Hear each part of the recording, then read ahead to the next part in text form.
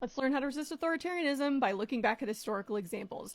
Be a wrench in the machine. Be a mosquito, like buzzing at the ear of the people in charge. For example, the Netherlands, when they were under Nazi occupation, they were incredible at resistance. You should go look at all the things that they did. Groups would produce counterfeit money, or they would forge ration cards. Was that on its own ending the Nazi occupation of the Netherlands? No. But was it very annoying and slowing down the machine to where now the people in charge in the Netherlands had to constantly be fighting and trying to seek out fake money, fake ration cards from the real ones? Yeah.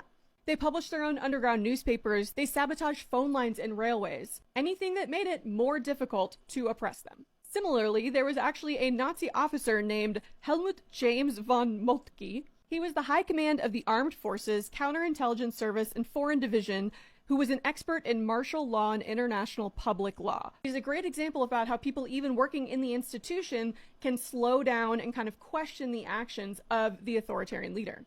As he traveled around German-occupied Europe, he observed a lot of human rights abuses. Yeah, I bet he did. And he was constantly reporting on them. Whenever he could, he would cite legal principles and international law like the 1929 Geneva Convention to remind his fellow officers and his fellow military men that they were not technically allowed to do this.